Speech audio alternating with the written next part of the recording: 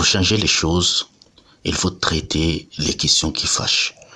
Beaucoup de personnes se posent la question, mais pourquoi les Africains ne sont pas respectés partout dans le monde, n'importe où on va, que ce soit en Europe, aux États-Unis, en Chine, en Russie, au Liban, dans le monde arabe, partout dans le monde où nous allons, nous ne sommes pas respectés. Alors c'est quoi cette cause? C'est simple, parce que l'homme noir ne propose rien du tout. Et c'est ça la vérité. Les gens, au lieu d'accuser les autres, regardez le mal. Regardez le véritable mal. Et ça, c'est ce que nous refusons de faire. Nous refusons de regarder le mal. Regardez les noirs quand ils vont. Premièrement, quand on va quelque part, on tente toujours de se replier sur nous-mêmes. Nous ne proposons rien. C'est-à-dire qu'il n'y a aucune compétence requise que nous proposons dans le pays d'accueil. Et souvent, quand on va, c'est au mépris de notre propre dignité. Nous allons pour être des serviteurs. À chaque fois que les Noirs voyagent pour aller quelque part, en majorité, c'est pour être des serviteurs du pays d'accueil. C'est-à-dire que le Noir, regardez, et beaucoup de personnes pensent que c'est le fruit de la colonisation toujours. Non les gars, on ne peut pas vivre éternellement en cachant notre mal, en justifiant notre incompétence, notre mal et nos défauts sous le prisme de l'esclavage et de la colonisation. Ça, c'est des choses qui ne peuvent pas marcher. D'autant plus quand on regarde l'histoire de l'humanité, il y a des peuples qui ont souffert tout autant que nous. Il y a des peuples aussi qui ont eu cette discrimination. Les Chinois ne sont pas bien accueillis en Europe jusqu'aujourd'hui. Ils ne sont pas mieux accueillis que nous. Ça, c'est faux. Mais sauf que ces gens-là, ils travaillent. Aujourd'hui, le peuple le plus au front avec les États-Unis, c'est le Chinois. Mais pourtant, les Chinois sont les plus riches parmi les communautés étrangères. Et d'ailleurs, la communauté chinoise est plus riche que toutes les communautés, même aux États-Unis. Pourquoi? Parce que ces gens-là travaillent. La communauté juive, regardez, ça c'est un bon modèle à voir. Mais ça, ce sont des exemples que nous, les Africains, nous refusons de voir. Quand l'homme noir quitte, et ça c'est quelque chose que je dis très souvent, quand l'homme noir quitte pour aller au Liban, c'est pour devenir serviteur de maison. C'est-à-dire aucune compétence à proposer. Le problème, c'est qu'on nous a fait croire que nous étions inférieurs aux autres. Ça, c'est pas les Blancs qui nous font croire ça. C'est-à-dire que même dans nos pays, nous ne sommes pas respectés. C'est-à-dire que l'homme noir n'est pas valorisé, même dans son propre pays, même sur le continent africain. On nous apprend l'éducation nationale, l'éducation, l'école, tout ce que nous recevons nous consiste à nous renvoyer cette image de quelqu'un qui doit être le serviteur des autres, quelqu'un qui qui ne devrait pas avoir confiance en lui, quelqu'un qui est inférieur aux autres. Ça, c'est la réalité des choses. Mais beaucoup de personnes ne veulent pas voir ça. L'Africain, il est tenté par la peur du gain. Il est capable de faire tout pour gagner de l'argent, au mépris même de sa propre dignité. Quand l'Africain quitte pour aller au Liban, le résultat, c'est serviteur d'un Libanais. Quand l'Africain quitte pour aller au Maroc, c'est serviteur des Marocains. Quand l'Africain quitte pour aller en Tunisie, il devient serviteur du Tunisien. Quand l'Africain quitte pour aller en Algérie, il devient un serviteur d'un Algérien. L'Africain quitte pour aller en Allemagne, serviteur. Il quitte pour aller en France, serviteur. Il quitte pour aller au Canada, serviteur. Partout dans le monde, nous avons cette image de mendiant qui vient servir pour les intérêts des autres. Nous n'avons rien à proposer. L'éducation niveau zéro, les gouvernements refusent d'investir dans nos éducations. En réalité, le mal, c'est nous. Le mal, c'est pas forcément les autres. Parce qu'à force de vouloir rejeter le mal sur les autres, on est en train de cacher la saleté sous le tapis au lieu de l'évacuer dans la poubelle. Ça, c'est la vérité. Et ça, ce sont des vérités auxquelles les Africains ne peuvent pas faire face parce que nous n'avons pas été éduqués à prendre nos responsabilités, à voir les choses sous le prisme de la responsabilité. Quelle est notre part de responsabilité dans cette histoire? Quand vous allez en Occident aujourd'hui, l'Occident est divisé en deux politiquement. Il y a ceux qui disent non, on ne veut pas les Africains, ce sont des mâles, ce sont des personnes, des microbes. Quand ils viennent, on ne veut pas de l'immigration, etc. Les Noirs retournez chez vous. Et il y a d'autres, encore une fois, dites la gauche, qui disent oui, il faut les accueillir, etc., etc. Donc ça veut dire que même la politique étrangère est basée sur la misère des Africains. D'autres disent on ne les aime pas et d'autres disent on les aime et ça devient une politique interne même des Occidentaux. C'est-à-dire que partout où vous allez, vous êtes méprisés. Pourquoi? Parce que quand on va dans tous ces pays-là, on ne propose rien, on vient en serviteur. Les Juifs, quand ils vont, ils ne deviennent pas des serviteurs, ils deviennent des entrepreneurs. Ce sont des gens qui réfléchissent, qui créent quelque chose et qui créent des richesses dans le pays.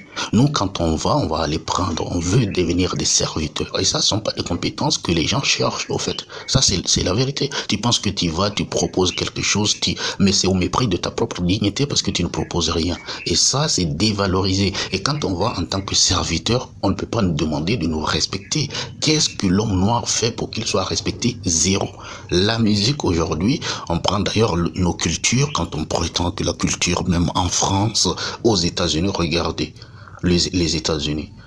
Est-ce que vous savez que 80, d'après certaines statistiques, 96% des crimes ou bien 56, je ne sais pas plus, à vous d'aller vérifier, des crimes raciaux sont faits par des Noirs contre des Noirs. C'est-à-dire que les crimes sont commises par des Noirs contre des Noirs. Vous comprenez ça? Le mal, il est chez nous. Le mal, il est chez nous. Et ça, personne ne refuse de le voir. Nous refusons de voir cette réalité-là. Mais beaucoup de personnes se demandent, mais pourquoi on n'est pas respecté? Mais pourquoi est-ce qu'on doit nous respecter, les gars? Niveau éducation, zéro. Niveau apport social, zéro. C'est-à-dire que nous n'apportons rien dans les sociétés dans lesquelles nous sommes accueillis.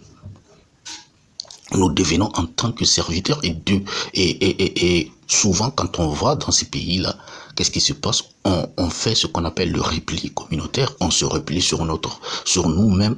Il n'y a pas de moyen d'intégration. Et l'intégration, c'est un sujet, c'est pas pour les animaux, les gars. Quand on parle d'intégration, c'est une réalité. Il faut apprendre à s'intégrer. L'intégration n'est pas le fait de nier sa culture, de nier ses origines, mais l'intégration, c'est le fait d'appartenir entièrement à la société à laquelle on va. Ce n'est pas le fait de se replier parmi les gens qui nous ressemblent. Ça, c'est pas l'intégration. Et souvent, les Noirs, quand ils vont regarder les Juifs, quand ils vont dans un pays, ils ressemblent exactement le peuple dans lequel ils vont. Ils trouvent des emplois, ils font des emplois, ils créent des emplois, ils étudient, ils sont au fait à la tête de l'échelle. Dans toutes les sociétés, dans tous les pays que vous allez, depuis plus de combien de siècles, quand on regarde la pyramide sociale, vous allez voir que les Noirs sont toujours en bas. Dans tous les pays, vous regardez la pyramide sociale, vous voyez les Noirs sont tous toujours en bas, on est toujours en bas. Pourquoi? Parce que premièrement, on est satisfait de notre condition, parce qu'on pense que c'est tout à fait normal que nous soyons méprisés, c'est tout à fait normal que nous soyons pauvres. Et dans nos pays, la corruption est quelque chose de tout à fait normal. Parmi les pays les plus corrompus, il y a la RDC. Il y a la République démocratique du Congo. Bon, ça peut fâcher les Congolais, mais mon pays aussi est corrompu, tous les pays sont corrompus, mais je prends un exemple de la République démocratique du Congo parce qu'ils sont dans une situation aujourd'hui qui n'a aucun sens. La République démocratique du Congo est plus grande que le Rwanda, plus peuplée que le Rwanda. Il y a des hommes en République du Congo, mais malgré cela, la République du Congo est dominée par le Rwanda. Pourquoi? Parce que le Congo est corrompu. Les Congolais sont corrompus. L'État congolais est corrompu. Et ça, ce sont des documentaires qui sont faits sur ça. J'ai pas besoin de vous sortir des chefs.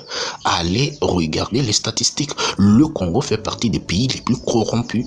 Parce que tout ce qui se passe là, et je peux vous dire, les gars, vous pouvez pleurer, ça c'est un message que je passe aux Congolais, c'est brutal, mais c'est la vérité. Vous pouvez pleurer, vous pouvez souffrir partout, faire tout ce que vous voulez, les gars, personne ne viendra vous aider. Et je vous le dis clairement, il n'y a personne dans le monde. L'illusion que le chef de l'État, et les présidents, les autorités congolais, la politique congolaise tente de vous cacher en disant oui, les Occidentaux ne disent rien, ils ne condamnent pas, ils ne font rien. Mais les Occidentaux s'en fichent de vous, les gars. Et tout le monde s'en fout de vous, les gars, d'ailleurs. Ça, c'est une réalité, les gars. Parce que ce que vous ne faites pas pour vous-même, personne ne le fera pour vous. Regardez le Sahel aujourd'hui. L'exemple, ils n'ont pas attendu que les Occidentaux viennent condamner, qu'ils viennent prendre les choses en place. Et ça, c'est quelque chose de particulier. Est-ce que vous comprenez? Donc les Africains sont toujours à attendre les choses au lieu d'arranger les choses. Et tant qu'il n'y a pas une véritable politique contre la corruption, il y aura toujours le chômage et il y aura toujours le mépris de la vie des gens. Et ces gens-là iront travailler au mépris de leur propre dignité dans des pays qui vont toujours les mépriser. C'est ça la vérité. Tant qu'il y aura la corruption dans nos pays, quand il y a le vol, le pillage des ressources dans nos propres pays, il y aura toujours cette misère de la population qui devient insupportable et qui vont sortir pour aller travailler pour des gens. Mais laissez-moi vous dire une chose, c'est là que aussi on voit une situation. Il y a des personnes qui ont une dignité et des personnes qui n'ont aucune dignité. Et le plus souvent, ceux qui travaillent au mépris de leur dignité, ce sont les Africains. J'ai l'habitude de dire, bien sûr, vous dites, nous allons en Algérie pour aller travailler pour un Algérien parce que nous sommes dans des conditions difficiles, parce que nous sommes dans la pauvreté, même s'ils sont racistes, nous allons travailler pour eux. Sauf que l'Algérien, même s'il va mourir de faim, il viendra jamais travailler pour nous. Vous comprenez? C'est ça la dignité. C'est quoi le respect de la dignité? C'est-à-dire ces gens-là, ils se considèrent tellement supérieurs à nous qu'ils ne viendront jamais travailler pour nos riches ici, même s'ils sont très pauvres. Mais nous, puisque nous avons été appris avec cette mentalité de serviteur, nous avons été éduqués avec cette mentalité de serviteur, nous pouvons aller travailler n'importe où au mépris de nos libertés, au mépris de nos propres dignités, juste pour gagner cet argent. Vous comprenez? Pourquoi ça? Parce que nous ne savons pas créer de la richesse. Nous n'avons aucune compétence. La seule compétence, c'est la compétence de l'esclave, le serviteur. Et parce qu'on nous a appris l'éducation à laquelle nous sommes les descendants d'esclaves, tout simplement, et que cette éducation perpétuelle en nous, et nous nous font croire que nous continuons de croire que nous sommes descendants d'esclaves. Mais laissez-moi vous dire une chose, tu n'es pas descendant d'esclaves et tu n'as jamais été descendant d'esclaves. Tous les Africains que vous voyez là, il n'y a aucun descendant d'esclaves. Ça, c'est la vérité. Parce que les gens pensent que tous les Africains sont des... Non. De la même manière qu'en Occident, tous les Blancs ne sont pas esclavagistes ou descendants d'esclavagistes. C'est le même point que tous les Africains ne sont pas descendants d'esclaves. Et ça, c'est une réalité. C'est pas parce que des Africains ont été conduits en esclavage que tous les Africains deviennent descendants d'esclaves. Les Blancs sont les premiers esclaves. Allez taper les esclaves du dinar. Vous allez comprendre que les Blancs aussi ont été des esclaves. Et d'ailleurs, tout dernièrement, même en Algérie, il y avait des esclaves blancs. Est-ce que vous voyez? Donc les Blancs ont beaucoup été d'ailleurs des esclaves des musulmans. Est-ce que vous comprenez? Mais ils se disent pas descendants d'esclaves. Et quand on remonte encore dans l'histoire, le mot esclave même sort du peuple slave qui était des esclaves aussi blancs. Donc venir se contenter dans notre histoire en disant nous sommes les plus méprisés, nous avons tous été méprisés. Cette mentalité d'ailleurs que les Kamites tentent de vous vendre comme l'Africain, il est le plus méprisé, le plus méprisable. On est en train de vendre en fait une histoire pitoyable au monde, une histoire de misère aux gens. Et d'ailleurs ce qu'il faut comprendre c'est que nous et les Afro-descendants n'ont pas les mêmes histoires. Ils peuvent être, c'est pas parce que eux se réclament d'être des descendants d'esclaves que nous le sommes forcément. Non, nous ne le sommes pas. Moi j'ai jamais été descendant d'esclaves, ça c'est une réalité. Et j'ai jamais été comme ça, je le serai jamais. Et j'ai pas cette mentalité d'être un descendant d'esclaves. Donc il faut que l'Africain comprenne sa grandeur. Il faut que l'Africain reprenne sa valeur. Si vous êtes en train de toujours vivre sous le prisme de la victimisation, vous n'allez jamais grandir, vous n'allez jamais connaître vos valeurs, vous n'allez jamais prendre quelque chose. Et quand vous allez dans une société, ne venez pas en tant que profiteur. Vous allez profiter des valeurs des autres, vous allez profiter de l'argent. Quand vous allez, je vais en Occident pour travailler, gagner de l'argent, vous pensez uniquement à vous, vous ne pensez pas au pays d'accueil qui vous accueille. Qu'est-ce que je peux faire dans ce pays? Qui va me valoriser dans ce pays? Qu'est-ce que je peux apporter? Vous ne faites rien, regardez toutes les sociétés. Dites-moi quelle est la personne la plus connue, le noir le plus connu en France et qui apporte quelque chose socialement en tant que noir. On peut prendre des exemples, si on peut dire que, par exemple, il y a des juifs les plus riches qui travaillent, qui créent des entreprises, on peut dire, il y a des Chinois, etc., etc. Mais le noir le plus influent en France, qui apporte des richesses, qui crée des richesses et qui fait un travail. Ne me citez pas ces bidons de rappeurs-là, c'est pas d'eux que je parle. Le rap, c'est une musique méprisante d'ailleurs. Oui, tu peux aimer, tu peux dire j'aime ça, mais c'est la distraction. Le rap, je viens tout de suite de parler des crimes entre noirs. C'est le rap qui crée la majorité de ces crimes aux États-Unis. Allez voir le rap et puis les bêtises de vente des trucs illicites là.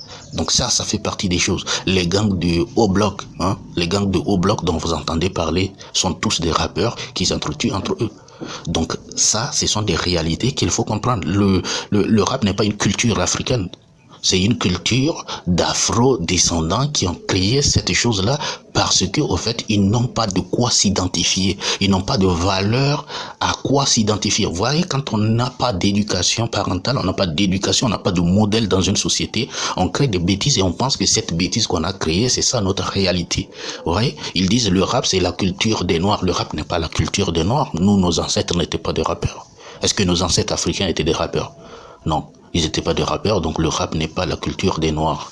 Vous comprenez? Donc ça veut dire que vous voyez, tellement on ne sait rien faire, tellement on ne sait rien, on ne sait à rien sur quoi s'identifier, tellement on crée des bêtises en pensant que ces bêtises sont nos valeurs. Vous voyez? Ça c'est la vérité, ça c'est la stricte réalité. Et tant que cette mentalité ne change pas, personne ne va nous respecter.